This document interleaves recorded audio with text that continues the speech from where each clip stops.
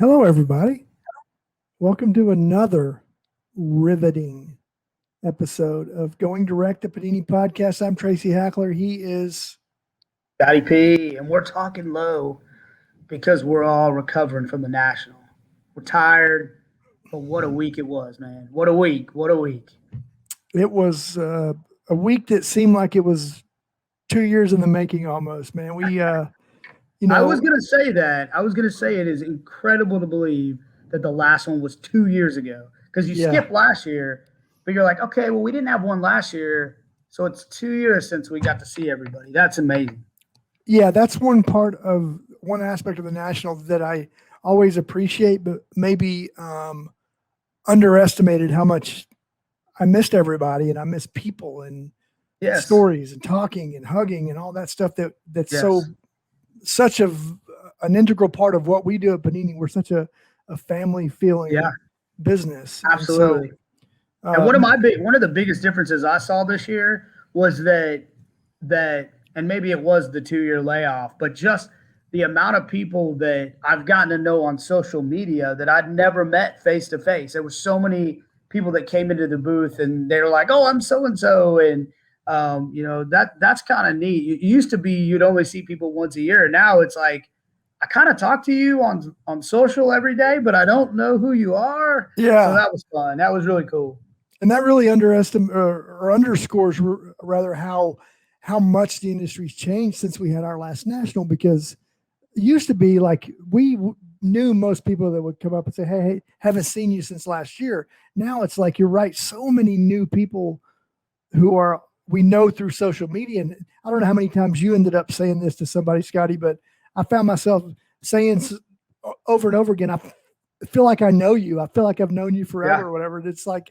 and you might be meeting them face to face for the first time. Exactly. And that was pretty cool. And, just to kind of tease something later in the show, but we had heard that roughly 42%, am I getting that number right?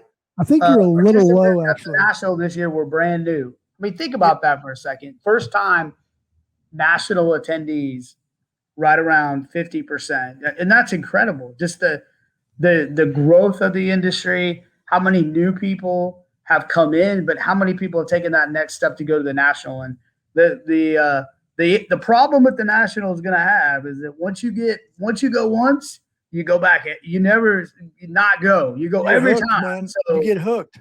You're hooked, man. And I did talk to a lot of people who were like, my first one was here, and I haven't missed one since. So I have a feeling that crowd's going to continue to grow.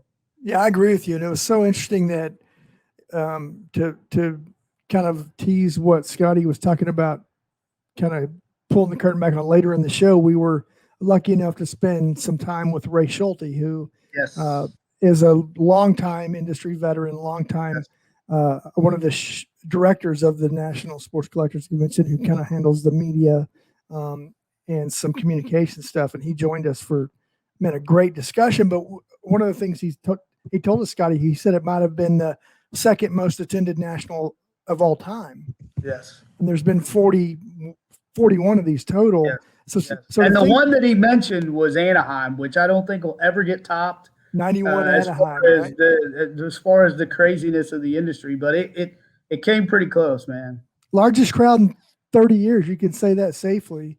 Yes. And to your point, the fact that we had the second largest attended National of all time, and almost half those people were new attendees I mean, it means really good. Right. I think it bodes well for next year and the years to come. Absolutely. So what's your one highlight? What do you take away from the show, maybe more than anything What do you else? mean, what's my one highlight? You should ask me what my second highlight was, because I think everybody that follows me online or has seen online that during the free Panini break on the main stage, I was up in front of hundreds of people, free case break, legacy football, and what did I pull out? A Tom Brady autograph Bucks jersey, so pretty rare still, numbered out of 4. And I mean, who knows how much that card's worth? And luckily, I think you posted a picture of a nice girl won it. Yeah. And that's cool too to see. I have 2 girls, and girls are collectors too, and it was cool to see her win that card. And the excitement on her face. I mean, the crowd went crazy. Yeah. Just when I pulled the card, and then I made him hang on just a little bit, build the suspense, and then I pulled a name or a number, and man, that was pretty cool. It doesn't beat that. I had people hitting me up going, man, don't you wish you would have been able to keep that card? No, I don't. No, there's no greater feeling in this world to give a card to somebody like that. And that's a blessing that we have. So that was a highlight of my trip. I don't know about you. What was the highlight of yours? Well, that one's tough to beat. I really loved that moment as well. You know, I love the fact that she came to the show Sunday morning and got to watch you on, of all places, the Mike Burkus main stage, pull a card like that and then win it for free, by the way, which is awesome. But man, it's tough to beat. Look, I'm a huge UFC guy. I got the chance to open some boxes of the new Select with Jorge Masvidal, and that was probably my highlight, but that's pretty selfish of me to say that. But so no. If I was breaking a box with one of my heroes, I wouldn't. If this guy behind, well, there we go. Which side is it? This guy, if I was breaking a box with him, I don't care what happened. I'd be like, yeah, highlight, thank you. But yeah, no, absolutely. So that was my kind of personal highlight. But going back to something we said earlier, I really just loved spending time with people, man, and listening to their stories and their criticisms and their praises and shaking hands and hug, man. You and I are huggers, bro. And like, I got a bunch of hugs in. I'm vaccinated, so I don't know if that matters anymore these days, but I didn't really care because it was time. It was time to get back to that. It was time to get back to the hobby. And speaking of time to get back, it is time to get on with the show because we've got another action-packed show. We tease it, we bring it up, but we were lucky enough to be able to sit down with Ray Schulte, runs the PR for the National, but he is a longtime hobby veteran. He's been around, he's seen everything, so he had a good look, not just from a national standpoint, but also from a collector standpoint. And those that don't know, he's also Don Mattingly's guy. So he has been around. He's seen the industry at every different angle, and his insight was awesome. So stick around for that. Yep. And then we do have a new release this week, Scotty, 2021 Gold Standard Football. It's golden. Man, that'd be cool if we got a box early. You know what? It's funny that you should mention that because we did. We got a couple boxes early. In fact, I was able to bribe Wes Elliott, the product development brand manager who helped develop that product. He's on the show later too, and we're gonna open 2 boxes of it, bro. Wow, I'm tuning in because I'm usually get to break a box, and I missed out on that, so I'm tuning in, watching the break, watching you watching me. Watching you. What song is that? Watching me. Yeah. T-Hack. Good times now. But you've got good times never been so good. So good. And by the way, you've got to go because you've got bigger fish to fry. Okay. Well, you've got bigger fish to cool right now because you have an AC unit at your house. Just to paint the picture real quick for what Scotty's been going through these last several months, we had the great winter freeze that just locked down the entire Metroplex for a long time, and it froze everything. Days. People have no electricity for days. We were one of them. So your house flooded. The house completely flooded. My whole house. Scotty had to move out. Move his family out into an apartment temporarily. 6 months. My family was out of the house, and he finally gets to move back in the day before he leaves to the National. I did. Those people were asking me why I came in on Friday, and I was like, I had to move my family back home. They were so excited. 6 months. Go to the National. Have a great day. Get home, and what happens? You get a call. Middle of the Texas heat. Scotty gets a call this afternoon, and it's his sainted wife, Amy, who says what, Scotty? We don't have any air conditioning. So you can't stay downstairs yet because our downstairs is wrecked. It's still being finished. Yes. and you can't stay upstairs comfortably Nope. now because you don't have an Nah. AC. Nah. But you know what? It could be worse, baby. Yes, absolutely. We're all here. We're all here together. We're all all in it talking hobby, together. man. And it don't get better than that. And you always have a room at my house. I do. And I've always taken you up on that. And I might just do it. You're good. You're going out of town, so nobody will be there. Right. So it's all yours. Well, Scotty, good luck. Stay cool. Thank you. We'll try. See, I did. But anyway, thanks for everything you do, and enjoy the show, everybody. Thanks for watching as always, and we love you. And we'll see you soon. Boom. All right, so you're looking at a screen full of 3 longtime hobby veterans. Hobby Hall of Famers. One of us is a first ballot Hobby Hall of Famer. First ballot. One of them is, 2 of them are first ballots. One of them is. Me. It's not you, Scotty. One of them, I'm just going to keep coming back till they let me in. Ray Schulte, ladies and gentlemen, is joining the show. Ray Schulte. Ray, thanks for being on with this, man.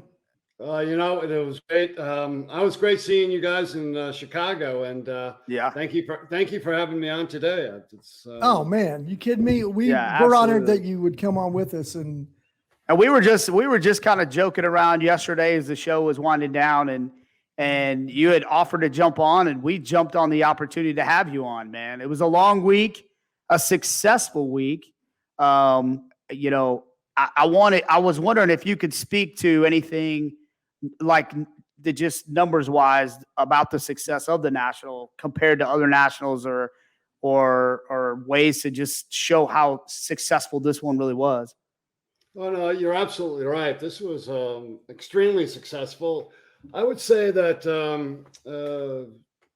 in terms of numbers, we had like 100,000 plus. I think it was back in '91 in Anaheim, but that was a different time. That was there was a lot of promos. Promos are, they're very helpful and significant, impactful now, but they were like everything back then.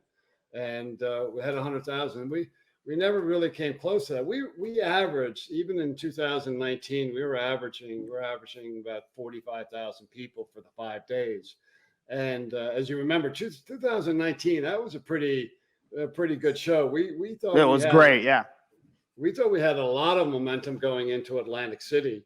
And that was the time that I think, and you guys were so instrumental in getting us there. But, that was a time that we said, hey, you know what?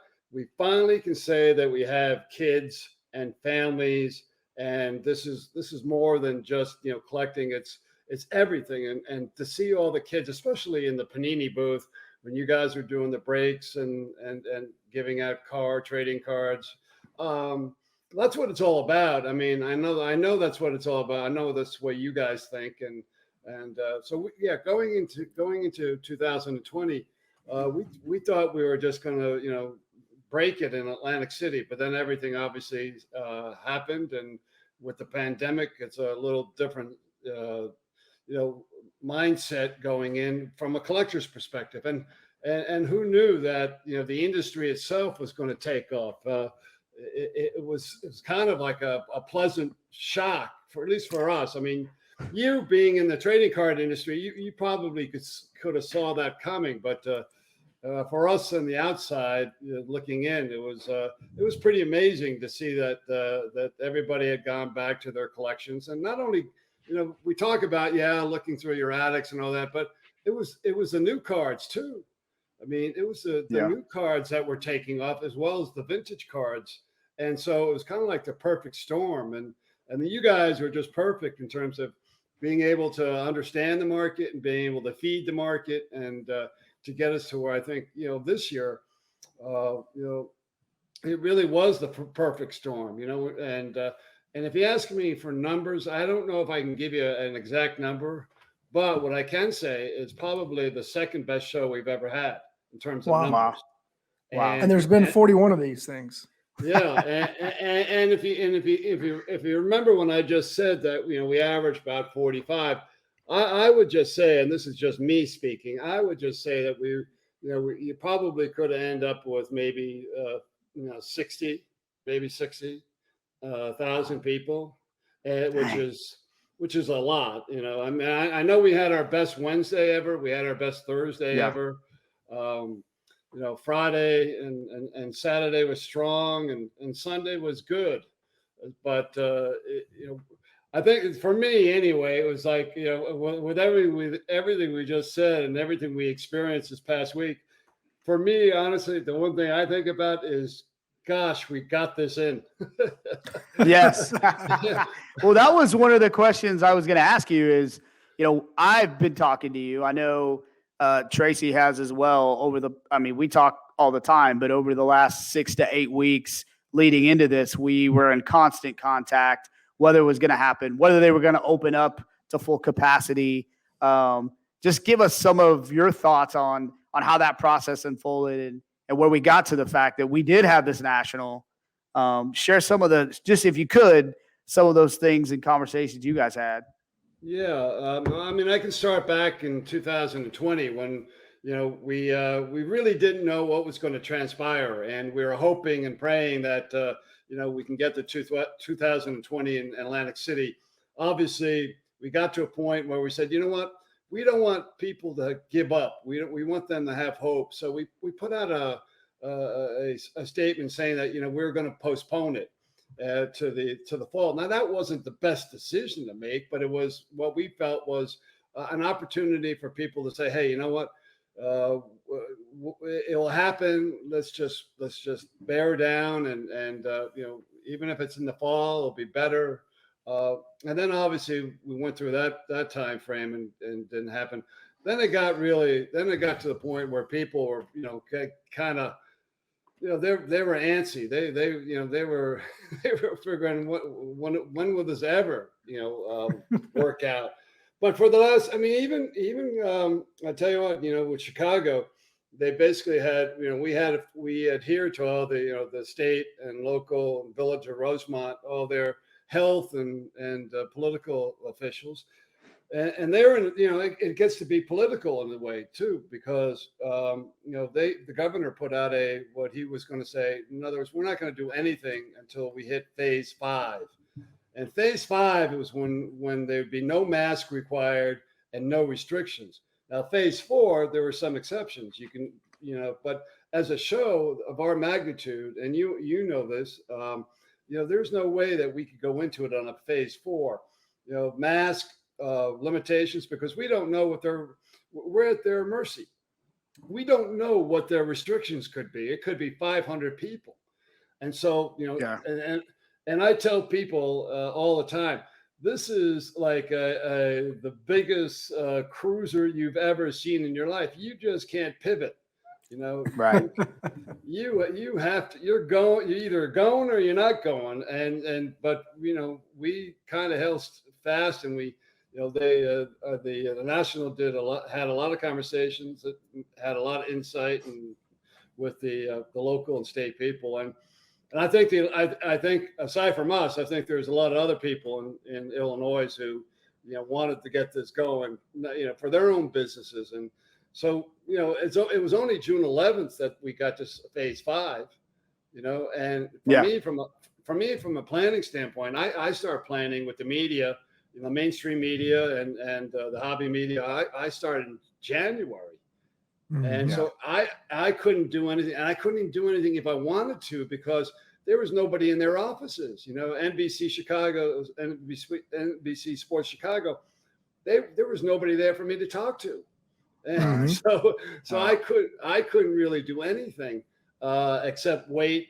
And then even when we got the officials, it was really difficult to kind of, you know, put the pieces of the puzzle together.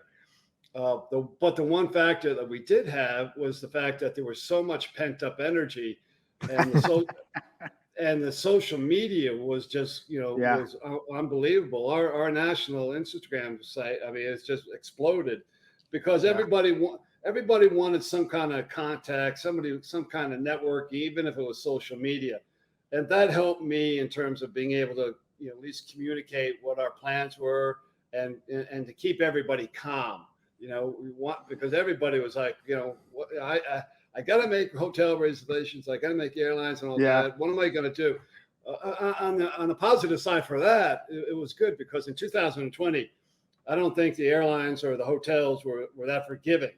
But with this one in 2021, the airlines, hotels have said, hey, make your reservation. If you have to cancel, you cancel, you get refunded and all that. That helped us out an awful lot. It didn't help our friends from Canada or Australia or some of the internationals because they had their own issues that they had to deal with. But overall, we kind of we lucked into a time that was, looking back, it was for me, it was so frustrating and challenging because we knew what we wanted to do, and we knew what we had. We knew we had a unbelievable show plan, and you guys know this. You saw this at the show.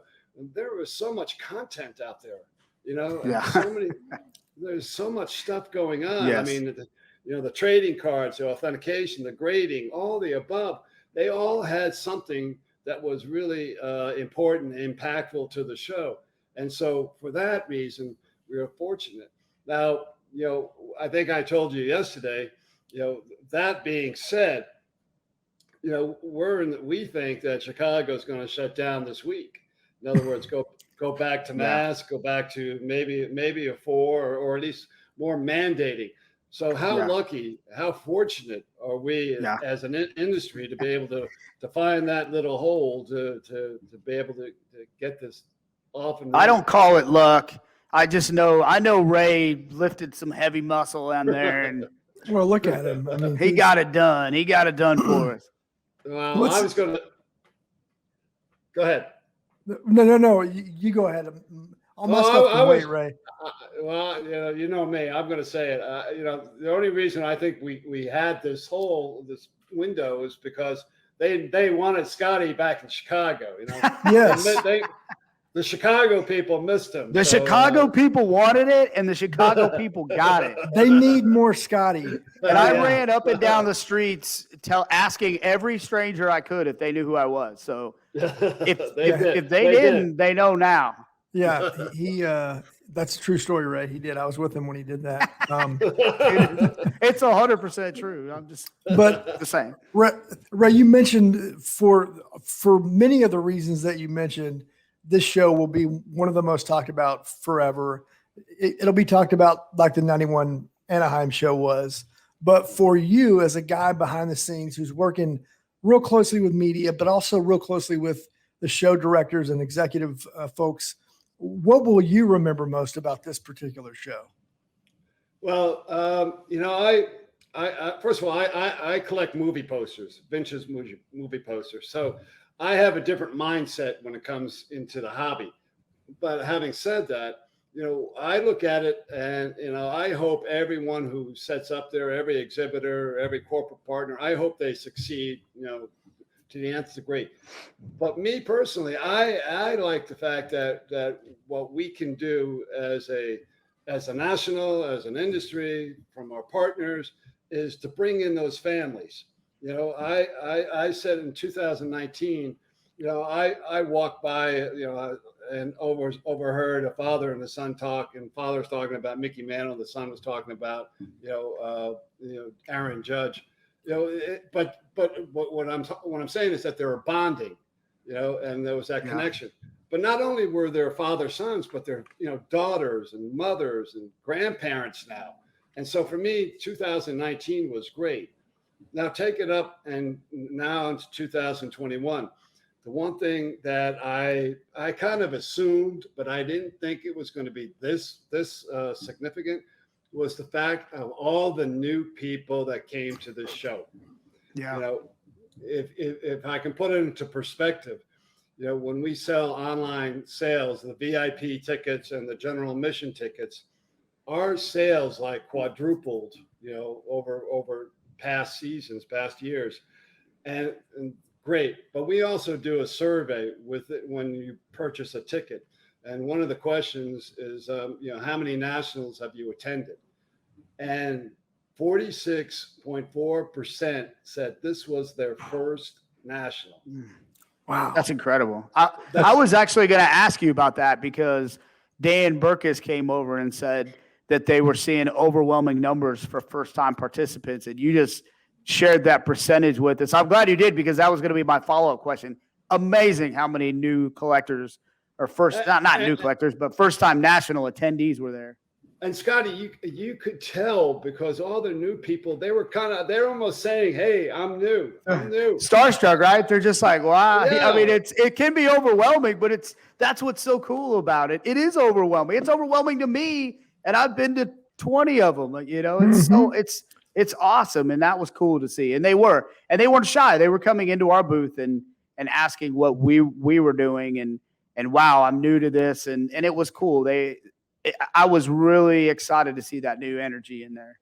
And the other thing that I was happy to see, and I could be wrong, but this is my interpretation, was, prior to all the cards surging and getting to a level, there were like some people are saying, well, the national is gonna be terrible because prices are going to be so high out of sight, and I didn't get that at all.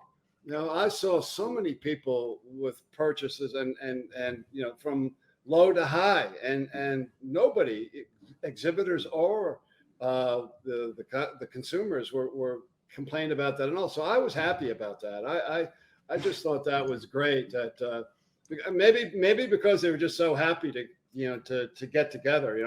I was telling people, for me, it was like therapy. When you think about it, for the last year and a half, you've been by yourself, or you've been isolated in some way.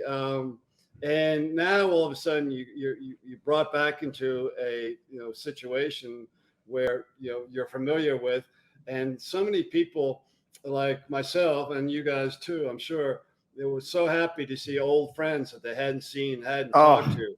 And it was absolutely. like, okay, we're back. We're back. Even though we don't know what's going to happen tomorrow, today we're back, and that was great, and so I always say, it's great to see your old friends. It's even better to make new friends, Absolutely. Yeah. No, you're right. And one of the things that really struck me is all these, and you see it closely, Ray and Scotty, I know you do too, but the mainstream media is obsessed with the big sales and the $4 million modern card sales. But the thing that I miss the most, and that sometimes gets lost in those headline grabbers, is just the people that make this industry so special. Not just us three on this phone who know each other so well and go way back, but all these new people that we've met because of the pandemic that have helped the hobby ascend. To be able to meet them and shake their hands and give them a hug and stuff, man, you can't put a price on that. Yeah. That's worth more than 4.3 million right there. Sure. And you talk about the media. I've gotten calls from so many mainstream media that normally wouldn't talk to me. And I'm talking about like the business reporter from the Chicago Tribune. I mean, I'll find them. I'll talk to them eventually, but they're not the ones that come out of the woodwork. They're hidden, but they're coming now. They're talking to us, and I don't think that's going to stop. Actually, I think that's going to continue. But we had HBO Real Sports there, and the first thing I'm thinking is that, okay, what kind of story are they going to come up with? But I followed them, and I spent a lot of time pre and during the show, and they were just like really, really positive and really, really in awe. Yeah. And I think that's the mindset of the media now. You remember, Tracy, this. Sometimes like media likes to see the negative side, and that's more of the story. Yeah. I think not that we ever had that problem or issues really, but right now I think it's all positive. And I think it's because we do have more families involved in it. I think it's not like you have like the 40-year-old guy who basically just wants to make a buck or whatever. It really is that family atmosphere, and I think they've recognized that. So, and I do believe that's going to continue, into next year into Atlantic City. Yeah, I think so. I think they also recognize it's a freight train that's maybe just getting started, and it's not. You can try to stir the pot all you want to, but you come to this show and you see. You mentioned it, Ray. Everybody now is a content creator, whether they're a member of the media or not. You see 22-year-old dealers with a full-time camera guy with him, filming every transaction, every exchange. It's a new business. That sector of it is new, and that resonates across social to the mainstream media. It's funny you say that, Tracy, because when I issue media credentials, I obviously send out to past distribution list, but now I'm getting all these podcasters, all these YouTubers, Yeah. and I'll get young kids saying, "Hey, can I be considered for media?" And I ask them questions, like, "Give me your background. Who do you?" Well, I got a YouTube and I got 250 subscribers. And so it's like, in one way I have to say, well, I can't really issue you a media credential, but on the other way, I don't want to discourage them. We want all these people out there to, whether you have 250 or 250,000. Yeah. We want all them, being out there and talking cards. And so I think that's a good thing. Yeah. I Well, agree. you mentioned families. Lots of families. You mentioned lots of content creators, but one of the things that stuck out in my mind, or from this national that I took away with just the amount of celebrities and athletes that were just there on their own to walk the floor or to participate in case breaks or just to be part of it. I mean, can you speak to? We had Jorge Masvidal. Was it Joe Staley? Joe Staley was there on his own with his agent just to experience cards. I mean, speak to that a little bit. Well, start there, because I thought the UFC fighters there were, in your Panini booth, that caused a tremendous, aside the fact that you two were there, I kept having people ask, where's Scott and Tracy? And I was like, well, no, Jorge Masvidal's here. They're like, no, I'm not here to see him. I'm here to see Scott and Tracy. Is this where Going Direct's film? That's where that's right. No, but you're absolutely right. There were so many influencers now, and some of them are entertainers and even athletes now. Some athletes have become influencers, and from our perspective, from the industry's perspective. But I had Steve Aoki. He's got 9.1 million followers on Instagram, and that's it. Which is a few less than me, by the way. But okay, who's counting? Couple. But I think what's happened, Scotty, is that a lot of these guys have been introduced to trading cards, and they've kind of really, really enjoyed it. And some of the people, like like following the social media, there's always some old stodgy people that will say, well, these guys are in it for the quick buck and out. You got like Gary V and some of these other guys, but I've gotten to know all of them, and at least from a show perspective, and they're all genuine. They're all nice guys, and they're all really about the cards. Steve Aoki came in, and I promised him I'd take him around for a visit, and I put him on a golf cart, and which almost was a mistake, but it worked out well. But I tell you, everybody and their brother was coming up to him and getting selfies and getting signatures, and the TriStar guy says, hey, we should have you signing next year in the TriStar autograph pavilion. But what he did is, just by being there I think he came in at 12:30 and left at 5 o'clock. When he came in at 12:30, I asked him, how long are you going to stay? I was expecting him to say like a half hour, 45 minutes. He said, no, I'll stay to 5 o'clock, and if I can't come in, I'll come in tomorrow. Now, he was doing Lollapalooza that night, so I'm thinking, wow, okay. He must really love this if he's here. Yeah. But just the fact that he went around the exhibitor and corporate areas, I can't tell you how many photographs, and all those photographs translate into social media. Exactly. Yes. Yeah. Yes. And that's for us and for you guys. That's what it's all about.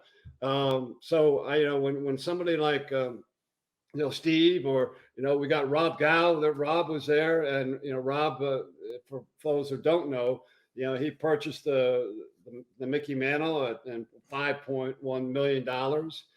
He's become sort of an influencer, super nice guy.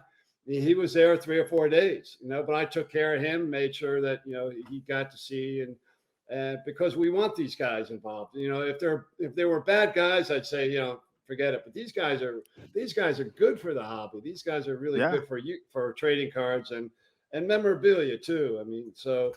And you find out that their heart's in it too, Ray. Like they're not just quick flippers. Their heart's been in it since they were kids like us, and they're passionate about it. And now it's cool again. And the more the merrier of those types of folks. Yeah, I mean, I won't go in with all the names, but I mean, what Scotty said, it was true. I mean, it must have been about, I don't know, 15 or 20, maybe more, what we call celebrities that were there. And they came in, many of them came in just on their own or with relationships they have with some of the corporate or exhibitors. And again, that's helping us. I mean, that's a positive thing. Yeah. Because more content we can get up there, the better it is. So, And then to go back to family real quick, and then all my questions will be exhausted. You actually had a family connection at this show as well, right? Can you talk a little bit about that? Well, yes, I hired my son to come, and he was very cheap. It was $20 a week, and so wow, I couldn't pass that up. But yeah, Ryan, he's 11 years old, and he is he's seen and done a lot of things. He's going to spring training with me, but I've never really pushed him into like getting an autograph or pushing him into an athlete, and because I want that to develop on its own, but the show was great because it was the first time he's been to the national. He actually was my assistant, and he actually did a lot of great things. I told him he's rethinking that $20. He should have bumped it up to 40 at least or something. He definitely wanted to renegotiate at one point,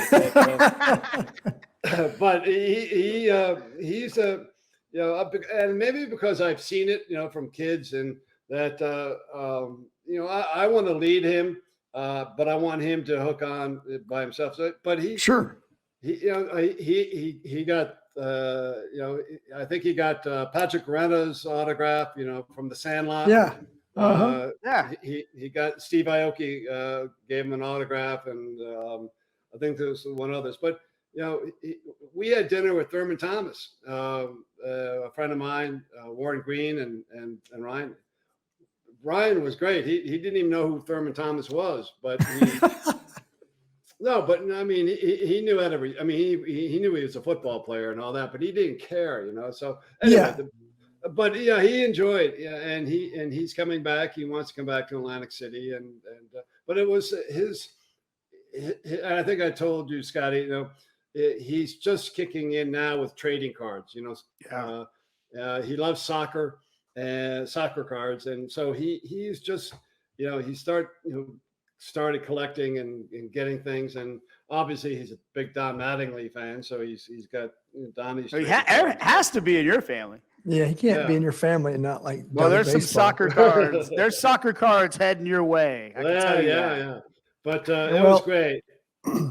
It was honored. I was honored to meet him, man. Yes, that was very cool. Appreciate you introducing him. It's good. I actually met him when he was like this tall. So he's now he's like comes up to here on Scotty, but that's not saying a lot. So. I do want to give a shout out and a thank you to Brody the Kid. I mean, I kind of made Brody our official kids ambassador a couple of years ago. And Brody does a great job on the floor, and he visits a lot of exhibitors and corporate partners and does a lot of content. But he kind of took Ryan under his wing too, and that's cool. I appreciate that, and they got along great. And so it was fun for me to see him and watch him grow in terms of what he was experiencing and enjoying. Yeah, I had a funny story on that. Is that you had me take your my photo with your son, and so we're taking our photo, and then another kid jumps in, and I thought it was just one of his friends, and then when we got out of our little photo booth, it was Brody. I was like, "Where'd you come from? I didn't even see him." So that was pretty cool. He's a great ambassador for the hobby, and it was good to have him there. Yeah. Well, look, Ray, I think I don't want to speak for Scotty, but I could talk to you the rest of the afternoon. I could too. I could too. And I will say this. I do want to say this before I want to get this last little plug in. Yep. Yeah. I've known Tracy for 25 plus years. I've known Ray almost the same amount of time. I consider you a close friend. I know a lot of times when we're in public, you kind of don't answer when I say, "Hey, Ray," and you kind of look around and see who's looking. But I call you a friend. I love you, bro. You are your family, and it was awesome seeing you. It was awesome having you jump on with us. Yeah, right. And let me just chime in there. I mean, you guys. The thing I love about you guys is that from the day I met you, you haven't changed. You a little older, a little grayer, but we try.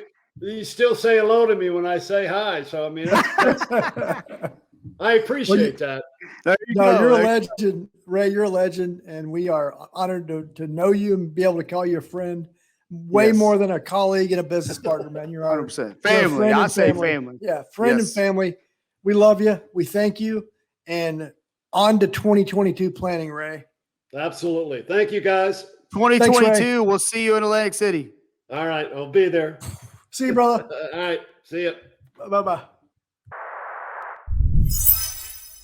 If you go rewind a few days to go back to Thursday night, do you remember the first thing, literally the first thing that crossed your mind when you heard your name called? It was kind of just like a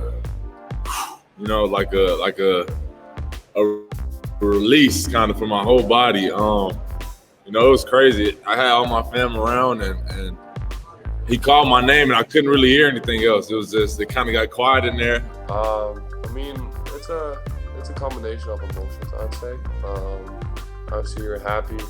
For me, the biggest thing was, hugging my parents and my family and seeing all the friends that came to support me on my day. That was for me the coolest thing to see. How happy they were, and they sacrificed just as much as I did for me to walk up that stage. So that was pretty cool for me. Well, I remember my whole body getting numb, top to bottom. Everything just started tingling, and just tried to make sure to not trip over the steps as I was going to get my hat. So, I mean, that's kind of what was on my mind right then. But as soon as I got off the stage and got a chance to breathe a little bit, all the emotions started to take over. Yeah, it's a dream. I feel like everybody's dream is to hear their name called on draft night. And luckily, I was able to check mark a box off of my list of my goals, my long-term goals. So now it was time to just take it day by day and try to get better each and every single day. You kind of start from zero now. You're at the bottom of the totem pole. You got to work for everything you want. You got to earn everything. Nothing's going to be given to you. It's an NBA, no boys allowed league. So I got to go in there. I got to prove myself every single time I step on the court. It was like all of the days in the gym, like the early mornings, the late nights, like the bad days. Just like persevering through those days. And like you see the benefits at the end. It was crazy. Thinking back to the early stages of me playing basketball, the fact that I came so far just with nothing but hard work and dedication to the game, it's a special night for me, for sure. I remember saying to myself, I was crying. It was very emotional, and I was just like, now it happens. Finally, at the moment where I was my weakest, I was like, finally. All right, everybody, we have a special guest with us now. It's a guy. This is a true story, Wes. You're not going to believe this, probably, because I know you. But we have had requests for Wes Elliott appearances on Going Direct. True story from listeners, because they've heard your teammates, whether it be Rob or I'm trying to think who, Tom. People have mentioned your work, and so they wanted to have you on. So I am honored to say that I have Wes Elliott on the show right now. Well, I am honored to be here. I still don't believe those rumors are true. It's a true story. It's hard for me to believe much these days, but we'll go with it. I'm happy to be here, and we'll try not to mess anything up. Look, we're in the trust tree right now. We're just be confident, be comfortable. Oh, I'm You're with comfy. me now. We just spent several days together in Chicago We did. for the We had a great national. time. Yeah, for the National Sports Collectors Convention. Wes, before we get into specifically while you're on the show this week, what were your kind of takeaways from the National? It definitely was a turnout like I've never seen. It's been a couple of years since I've been to one. Last year, obviously, for obvious reasons, and the year before, I wasn't there. But quite a bit's changed, obviously. I think one of the crazier things that I noticed was the massive following people have now with camera crews and celebrities, kid celebrities and true celebrities joining into the market, joining into the trading card hobby, and just kind of how it's all turned into this mega popular deal over the last few years. And obviously, the fact that we still have kids being brought in, which is the best part, I think, of the National, is actually seeing the enjoyment from kids and with their dads or with their moms, and kind of just joining in on the pastime, so to speak. But it's always a long week, but it's always very eye-opening because we just sit back and we kind of do our thing, and we see a lot of this through the computer screen or through message boards or on Twitter or social media. But until you see it in person, it kind of re-energizes you just to see the turnout. It's just amazing. And obviously it sounds like we had one of the record numbers this year. So it's good to know that we're still keeping the thing alive, keeping it going, moving forward, and it's as popular as ever. So it was a great weekend. I enjoyed it, trying to catch up on some rest, but we're getting there and looking forward to next year. So. Yeah, absolutely. It was all the things you said were spot on. Back when I was a tot, Wes, it was a long time ago. I had a pterodactyl. I flew to school every day, but buying cards meant you had like a few bucks, maybe $5 in allowance money that you would take to the store and get whatever you could afford. And nowadays there are kids with discretionary income who are using the hobby to become young entrepreneurs with real money, man, like briefcases full of cash. And it's just like, wow. Yeah. And that's something, because to your point, we hear so much about the growth and we sense it, and we know that it's reflected in numbers and sellouts and things like that. But to actually witness it on the show floor for 4 or 5 days in a row is quite striking. And so I can't wait to see what next year's National looks like, because I don't think we're slowing down anytime soon.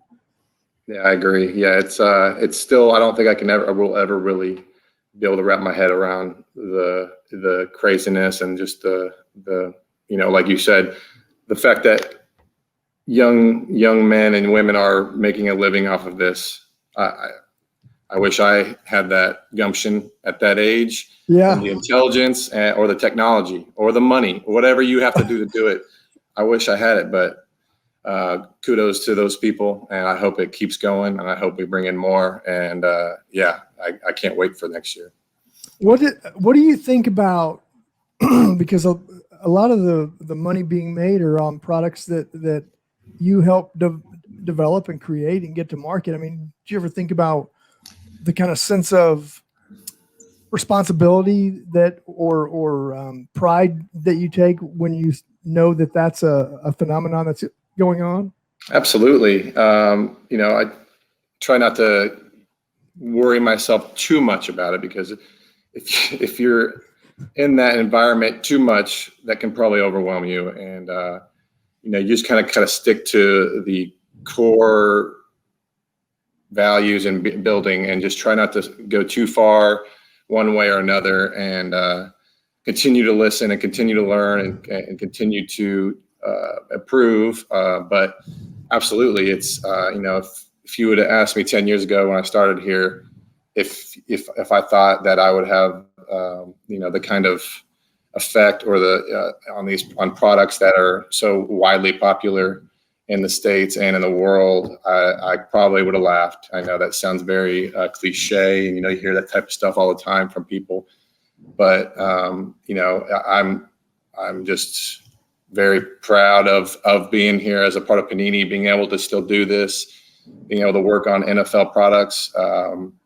It is very cool. I can't complain, if you catch me complaining, smack me in the face, because this is one of the coolest jobs you can have, with or without the obvious day-to-day stuff that anybody goes through, no matter what you do. It's been a really fun ride, and I hope to keep it going. Work with great people. I get to meet great people when we're out and about, which is it's been fun. Yeah, I do have to remind myself that all those people that we see out at the National would kill to have a role like this. So and I think we can all say that here, and it's a good one. It's fun to see people really get the enjoyment out of the stuff that we build. And that's it. I think a lot of people could do this. I'm just one lucky guy that gets to do it. I feel the same way. I don't want to ever give anyone a reason to start second guessing me or look at another way for somebody else. Just keep grinding. And you mentioned building stuff that people enjoy, and you put a lot of blood, sweat, and tears into a product, into a proud brand of ours, Gold Standard Football, that's releasing this week for the 2021 edition. Oh, you have a gold bar in your hand. It's gold. I love gold. Yeah, gold is awesome. Gold. There's a lot of people winning gold right now in Tokyo, and there's a lot of people who are going to earn some gold this week with the arrival of Gold Standard Football. Kind of take us through when you set out to refresh a brand like Gold Standard for a new season, or if it's been gone for a few years. What do you start with? What are the givens or the guarantees that Gold Standard needs to deliver?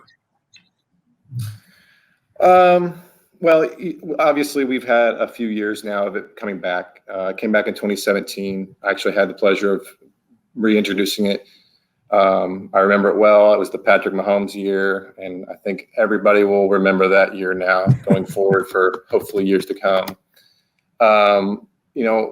Back then, at least we reached back into the initial iterations of Gold Standard, and we pulled some stuff out of that. We kind of just pulled the cool stuff, the stuff that worked. And that's where the ink color comes into play here, the gold inks and the silver inks. We stole some of that from early on Cam Newton rookie year. And so with that being the main hook from 2017, we knew we weren't going to mess with that. We looked to build on it and make it better with the inclusion of the silver ink and FOTL this year. So there wasn't much to mess with there as far as the rookie patch autos. There was many things to remain that we kept. Gold Standard, just the theme and the look kind of screams itself gold. So it's somewhat easy to come up with new things to throw in there. Little hooks and little fancy insert names for that go with the gold bit. But we look at what other teams are doing, the basketball team or the baseball team, and just kind of pluck cool ideas. This year we introduced short printed inserts. That's really taken off for us over the last couple of years. And so whenever we have a chance to put short printed inserts into a set, we do it. Typically it's something that will just replace a base card. So it's a no-brainer to do, to try to see if we can find something that people really latch on to. And so we did that. Came up with a few new insert themes, just dug into the old gold mine, so to speak, of stuff that would relate to a product like this, and threw it in there and hope it works. And I think people will love it. Certain things that are widely popular in this set, we kept, like the Super Bowl diamond signatures and the Super Bowl diamond dual signatures, and rolled with it. But hopefully some people have a chance of getting some of the new inserts.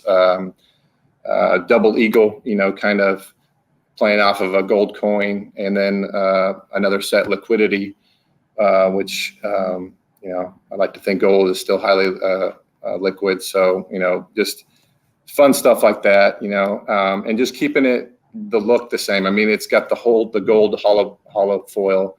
It's hard to mess that up, but if you do, it's not going to be gold standard. So you just got to kind of maintain that look and feel, and through the whole process, and you should have a winner. But obviously, with a rookie class like this, as long as you got those guys in there and they're returning their autographs, which most of them did, it's primed for success, in my opinion. But we've had multiple guys work on it throughout the last few years, and they've kept it steered in the right direction. And so that's just one thing I try to do, was keep it on the path. So what one new kind of introduction to gold standard art do you like the most?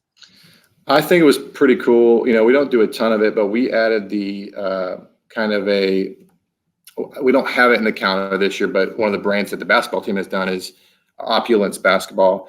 So we pulled the look and feel of that. We pulled their base card and made it a hard to get rookie card in this with micro etching, and so it looks a lot different. It's not your gold standard branding, and it's kind of like people are probably going to hit it and go, "What is this?" But I think it's going to have some high popularity there. But the two short printed inserts I mentioned earlier, I think those will all be really cool to see. They're very two inserts I mentioned are both numbered out of 5, so they're extremely short. So they should be very popular. And then we added a couple autograph sets. We added hallmarks and AU, kind of tying it into the periodic table of gold. But as far, it's kind of, it's a set that's decked out with inserts. I mean, I laugh because it's a 7-card box, but I think there's 20 plus inserts between autograph, mem, patch autos. It's just full of all kinds of different themes. But I'm looking forward to see people's reaction to the Opulence inclusion. Yeah, I'm glad you mentioned that, because that was one. For those who don't know, pull the curtain back a little bit. When Wes and a lot of his esteemed colleagues on the product development team go and do pack out for a product, they've been nice enough, sweet enough, especially during the pandemic when the amount of people over at at our production facility were limited. So Wes and his team are phenomenal about taking pictures of all the cards during pack out, so that the people can see what's to come. And that's my long-winded way of saying, of all the pictures you sent back from the gold standard QC, obviously the Tom Brady autos threw me for a loop and I had to do double takes. But the one that really struck me the most was the Opulence rookie card design, because it is quite different from your traditional gold standard look. And yeah, I'm with you. I think people are going to love that one as well. I hope so. I think they will. And I think what also, Wes, people are going to love is that you and I are going to be joined together again on a kind of an impromptu episode of Panini Unwrapped right now. Well, look what we have. You have one of these as well. You've shown your gold bar earlier, and you got to watch, Wes. This is another story we're going to go back in the time machine on. Yeah, it'll be numbered based on some of the career stats, unless they were just too good at that. Sure. At that particular stat. So if it's too high, it's getting 400. I know we're cussing now, but there's a Manny Machado. The look on his face. First curse bomb of my whole life. That was it. The look on your face, bro. You would have thought we were live on. I thought we were live. I still got the shakes doing them back then. I thought maybe I was done for a Panini. What did you do? You said a bad word. One of my favorite moments still. And there's that whole incident resurfaced recently when, I don't know why, but Keith Howard and I were laughing about that moment, and we got a screenshot of your face pause right at that moment. Sitting right outside my desk right now. So I know it's my favorite thing. And never tear it down. No, we reminds me tagged of when I was younger, much Yeah, short we all haired have Wes. Yeah, it was really short hair, like kind of frat guy looking. But the look of anguish on your face. What did I do? Oh, it's so great. But it's awesome. So now, yeah, gold standard. So 2021 gold standard football is out everywhere this week. 7 cards a box, right, Wes? Yep. 5 of those being auto mem cards. 5 auto or mem. Yep. So you'll have some that'll have 2 autos, some that'll have 3 autos, and then obviously 3 mem or 2 mem. So Well, I'm going to whatever you like, it'll have. Well, Hopefully. I like all of it. I'm just going to slide this. There it is right there. Look at that. Yes. What? The iconic gold box, the gold bar. There's no other product that has gold bar packaging. This is the one and only. And then there it is. Wait, let's see this. If you can see it. All right. So I can't wait. I can't wait to dive in. I'm excited.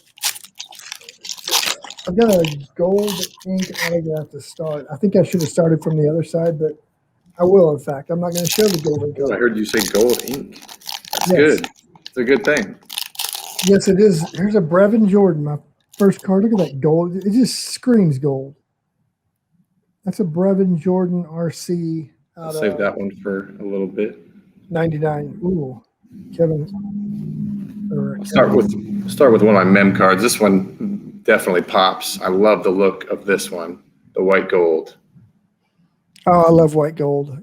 That's it's such a cool look in your hand, Tim. You can kind of tell it there, but because it has that sheen. Yes, very, very pretty.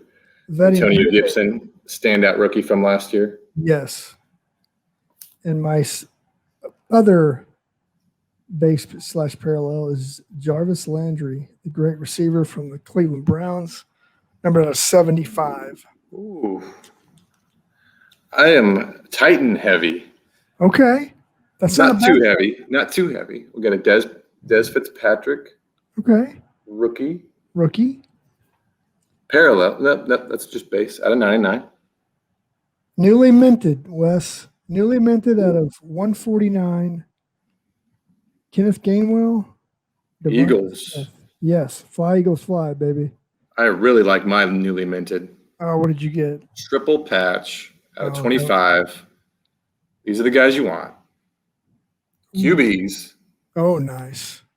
They got Justin Justin Fields. Mack and who's the Look over bottom here. guy? That guy is Kyle Trask. Oh, nice. Look at those patches. I got a pretty thick patch myself here. Wes, gold gear, number 42 of 49. Austin Eckler prime. Stud. I think that's a 4-color patch, Wes. I'm not even going to attempt. Some of these names I don't want to attempt. Do you have the Viking? Who do you have? Oh, I can't Colt. see it. Oh. I'll take your word. Deo. I'm going with Deo. Deo. Dale. Deo. Dale. I think it's the rose gold out of 25. Ooh, the rose gold. I like Rose that. gold. Here's one young David Montgomery. The gold standard memorabilia card out of $2.99. I've got a very good auto, but you might have to wait. Jamar Chase redemption. Okay, that is a good auto. He's going to be catching passes from his old college teammate this year. It's platinum, so it's got to be fairly low numbered. Yeah. Got one that you'll like. I'm just jumping ahead of you now. Oh, you're good. Noah Ooh, Fant. Oh, Noah Fant. He's going to have such a big year. Such a big year. I mean, I'm just kidding.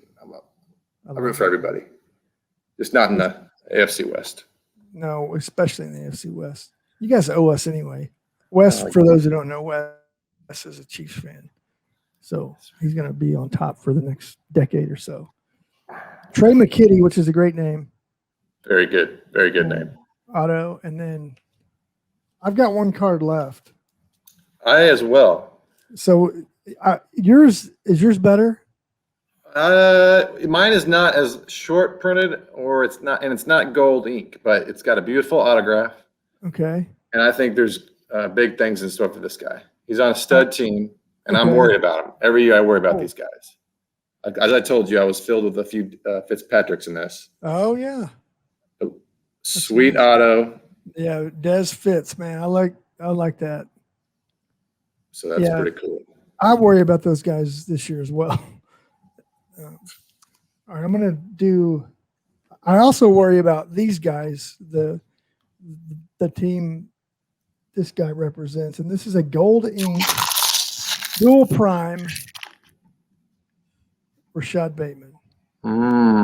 There you go. There you go. Got the gold. I got the gold ink, and it's number 44 of 49. There you go. I think you might have won that one, but we'll see. We'll let the football field do the talking. Yeah, we'll take your comments on who won, but Wes, I think you can agree with me, and I think all of our viewers and listeners can agree that we all won here today. I agree.